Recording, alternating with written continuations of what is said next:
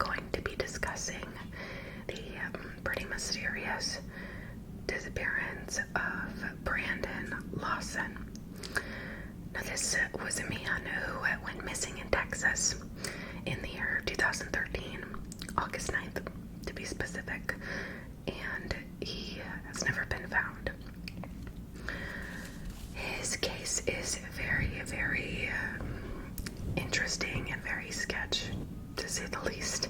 Really quick, I wanted to discuss something with you guys to preface this case. First of all, you can go ahead and skip ahead because I'm going to talk for a minute. It's not really triggering in any way, like sexually, that's not really a thing. There's no rape or anything like that. So this case is much lighter than my usual cases, if you've seen most of my videos. Speaking of which, go ahead and subscribe if you have not already, because I post videos about every 2 to 3 days.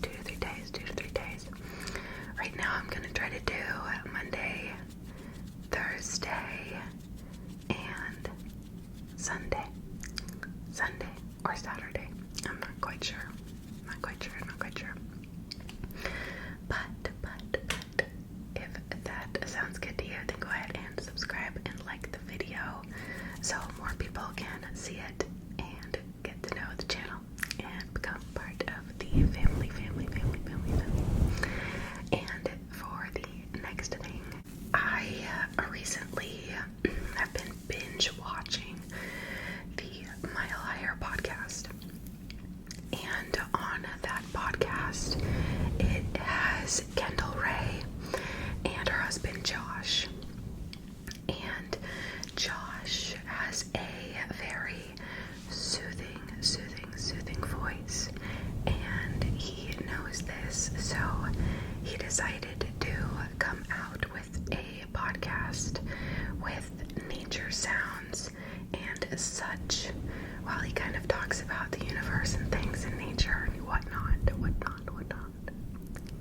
because he didn't want to, I guess, instill negative things that he talks about on his podcast into someone's subconscious.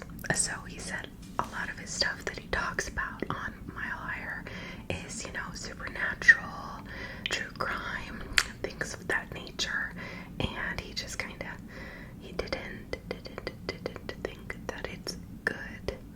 So he decided to start this new podcast, and I kind of got thinking. I was like, oh, made me sad, because that's literally my channel. Most of my videos are true crime ASMR. Therefore, I am whispering people to sleep, while talking about disturbing crimes and such. And I was like, darn, should I do this? I started to feel bad. So let me know what you think about that. I don't know if I should start focusing on other stuff ASMR wise other than true crime as much. I don't want to put a bunch of bad stuff in everybody's subconsciousness, you know what I mean? But I don't know. I'm super empathetic and I overthink a lot. And I'm very emotional. But I'm also very happy, if you can't tell. I got my son down super early, which is a plus for me, like, go me. And it is silent in the house. My job is going great. Life is great. I just had my, I think 6-month baby checkup, and she's doing great as well. So everything's going good in life. And I hope that goes the same for you. And your loved ones. Now let's go ahead and get into the case.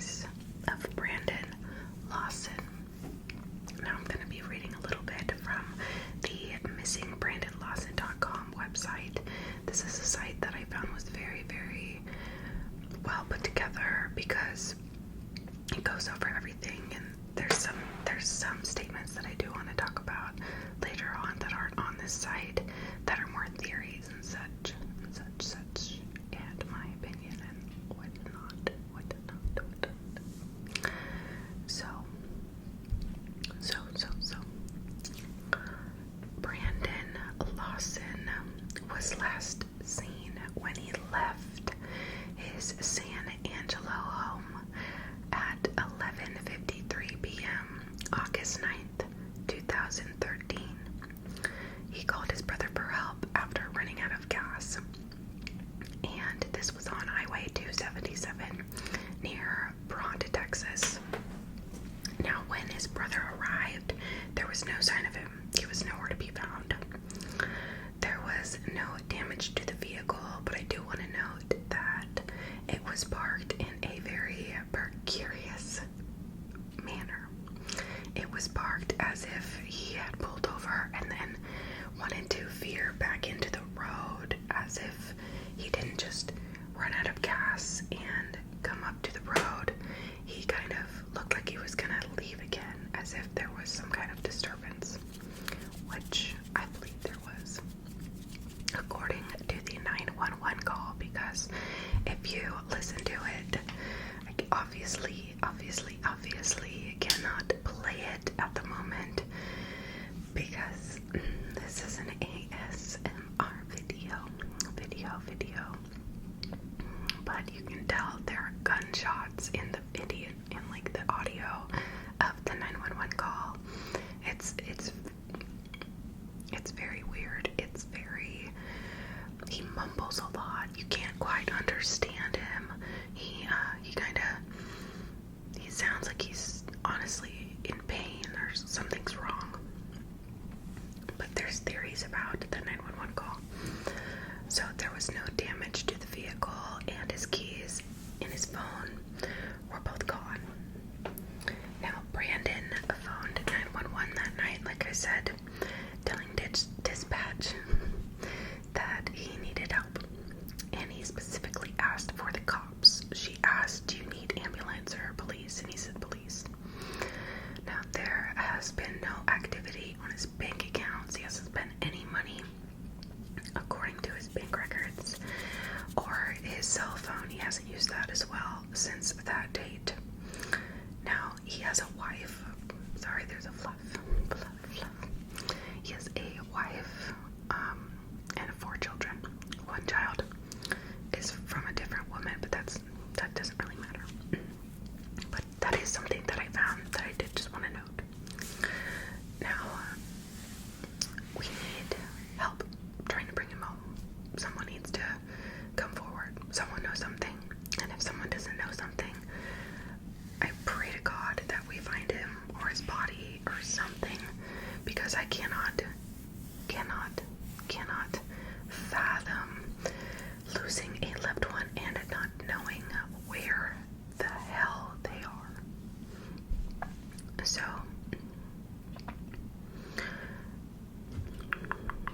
I'm just kind of looking.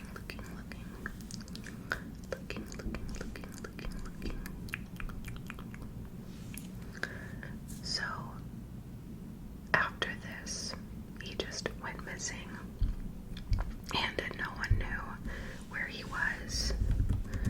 I thought I had the 911 call, but I'm gonna look up again the wording of the call, the transcript of it, because it's very, very odd, and you can't decipher much, but there are YouTube videos that have it slowed down. And I did want to say, I forgot to mention, this was a requested video. I'm so sorry, I forget who requested, and I'm not sure you want your name displayed or anything, but I've done that before, but I'm not sure they even want that. But it's very odd. So the 911 emergency dispatch answers with,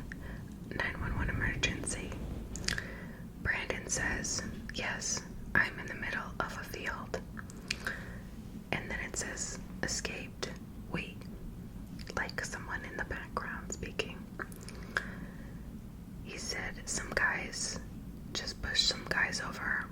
We're out here, going towards Abilene on both sides. My truck ran out of gas. There's one car here. A guy's chasing me through the woods. Please hurry. 911. Emergency. Okay, now run that by me one more. Brandon, there'll be no more talking to him. I accidentally ran into him. 911 emergency. Oh, you ran into him? Okay. Someone says something in the background. A loud noise pops off like gunshots in the background. 911 emergency says, do you need an ambulance? Someone says something in the background at the same time. It sounds like Brandon chuckles and says, yeah. Some people say it is not Brandon's voice saying yeah right after that, which, it like gives me the chills. Brandon says, no, I need the cops. 911 emergency. Okay, is anybody hurt? Hello? Hello? Hello? Brandon doesn't respond at this point, and a background noise gets louder and louder as if it's getting closer and closer and closer to the phone. Now that is the full transcript of the 911 call that Brandon placed that night. It is something to note that he had gotten in an argument with his wife. Well, technically it wasn't his wife. It was, who was it? There's like a specific word for it when you've lived with someone for so long. Oh, I can't remember what it's called, but it's basically someone you share bills with, you can share a mortgage with, you're basically married, but you're not legally husband and wife. So there's that. So they had gotten into an argument, and he said, screw this, and he left and he took off, like I said, and he just wanted to get to his dad's house. But he ended up on the highway and ran out of gas an hour later. Now, one thing I'm not sure is how far away his dad lived, if he did live like that far, and why wouldn't you put gas in your tank? He must have been very, very mad, because that's the only time I would forget to put gas in my tank would be when I have something very heavy on my mind. And that's actually happened like 3 times with me. I've run out of gas. Well, partially because I think it's my gas gauge is broken. I'll literally be at a quarter tank and the light won't even be on and I'll just run out. And I'm like, what the hell's going on? But anyway. Oh, someone's having fun out there. My goodness. So the circumstance here is that Brandon Lawson was an oil field worker and a father, like I said, of 4. So he was last seen, as I said, on August 8th technically, but was missing August 9th because it was like on that cusp at 11:53. Oh my goodness, that's what it's called. It's called common law wife. Common law wife. Her name is Ledessa Lofton. And he kind of wanted to just cool off. And like, yeah, I've been there. I've wanted to cool off after a fight before with numerous boyfriends and people in my life. So, while he was en route, he called Kyle, as I said, and Kyle was the brother. And one thing I wanted to say was that Brandon had a warrant out for his arrest. He had known about this for about a month prior to this occurring. And everybody knew it wasn't like a new thing. He was taking the steps to go forward to deal with it. He had contacted, bail bondsmen and things like that. So he really was on it. He wasn't scared. It wasn't like he was trying to run away, which is one of the theories that people have come up with. That's one thing that I don't really agree with. If he was making all of the proper steps to go forward with dealing with this sentence, then doing just that. Now, Kyle, his brother, and his girlfriend Audrey phoned Ledessa to tell her that Brandon had run out of gas and he needed their gas can. Ledessa then told him she would leave it on the porch as she was heading to the shower and then to bed. Now, Kyle's check did not clear in his bank account, so he had no money to even fill the gas can, but figured when he got to Brandon with the can, he would drive him to Stripes. This was a convenient market, and Brandon could then just pay for the gas, and he would drive him back to his truck, and he and Audrey could be on their way back home. But things did not work out that way. What is known next is that following a phone call to his brother, something happened, and Brandon phoned 911, telling dispatch, like I said, he was in this field, which is just so odd. It was like someone ran into him. Another theory is there's possibly some kind of drug deal that had gone wrong. Some people say if he had a warrant out, why would he call the cops? Well, he must have been in some deep shit and really needed someone, because if you think about it, he probably said, I don't even care about that right now. I'm not even worried about that. I'm literally gonna die. So he probably waited and was like, I'm calling the cops, I need help. That's my opinion. I think something happened in that regard. Someone ran into him or something. Someone he knew, maybe some guy he had some beef with or something. But we're not sure who he ran into, as he spoke about in his 911 call. And another thing that's weird is his car was totally fine. His truck was fine. There was no damage or anything. What you think, though, if there was someone, like I was saying, I think I'm playing a devil's advocate now. If there was someone, you'd think that they would have done something to the car, or maybe they were smart enough to know that the cops could find their prints or something of that manner. Now, when Kyle arrived at 1:10 a.m. August 9th, 2013, there was no sign of Brandon, as I said, so a sheriff's deputy then arrived at the truck, and this was at the same time that Kyle and Audrey showed up, so they showed up at the same time. And now there was no visible damage, like I said. It was just weird because his keys and his cell phone were both gone, so we're not sure, but he said to the cops, please hurry, or the dispatch, please hurry.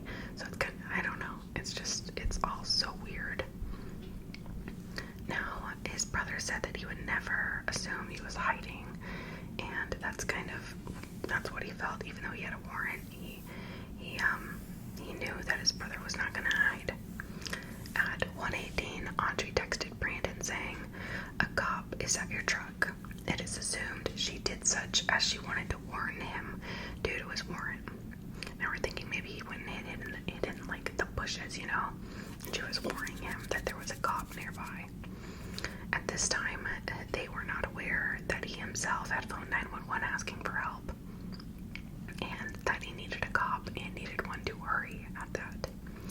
In statements given to police, as explained by the family, they did not admit Brandon's earlier call to them in which he told his brother and Audrey that he was 10 minutes up the road and was bleeding. Now, this was also not reported on Deputy Neal at the scene, or this was not reported to Deputy Neal at the scene. It is also understood that Deputy Neal did not report to Kyle that Brandon phoned 911. It is unclear if Deputy Neal even knew that Brandon had called 911. You know what I mean? So that cop didn't show up because he got a call from 911 saying, hey, there's this guy stranded, he needs help. He just showed up because this car was just laying there in the road, kind of halfway in turning towards the road off to the side. For all media reports written by the Observer Enterprise, owned by the sheriff's wife, which is kind of odd. This little town, we got the sheriff, and then we got the wife who owns the newspaper, which I thought was funky, a little off. But the 911 call was only reported as a stranded motorist who ran out of gas. No mention of the urgency that was mentioned in the call, and none of the "I ran into them" comment, none of that. And it just looked like this was someone who had their emergency flashers on, left, and then just never came back. It looked like he locked the truck and proceeded to leave the scene. And so after that, the deputy just got a tow on the truck, and that was the end of it for that morning. According to reports, the deputy drove up and down. And by the way, you guys, don't mind my freaking lazy eye. I need my contacts or my glasses. So continuing on, Kyle and his girlfriend left the empty gas can at his truck, thinking that he would return back after he was, done hiding from the cop at his truck. But they began to go look for him, and when morning came, there was still no sign of Brandon, so they were like really freaked out. And Kyle's money was now available in his account, so he went back to the truck and filled the can and returned it to the truck. And at this point, he was now starting to kind of become concerned and worried, and he felt that Brandon may not have been hiding, but he really may be in trouble. In talking with investigators, he now gave them the full account of Brandon being on the phone at the time the deputy was at the truck. And another theory I wanted to mention was that it's kind of like a cover-up, police cover-up type thing. We don't know about that. That is one theory as well. Let me know what you think with the whole connection of the sheriff's wife being in charge of the newspaper of that small town. It wasn't known by Brandon's family that he had called 911 until Brandon's common-law wife got the phone records back and saw that he had made a call dialing out to 911. There has been no activity on his bank accounts, like I said, and an extensive search was done, and this was conducted by Professional Search and Rescue on October 24th, 2013, around the area of the abandoned truck.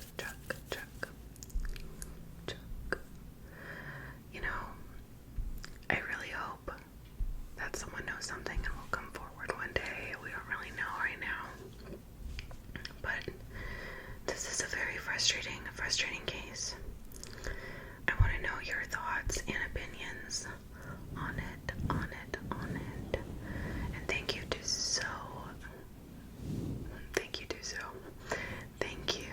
to whoever subscribed and left that comment. I hope that I did this case some kind of justice, or that it was something you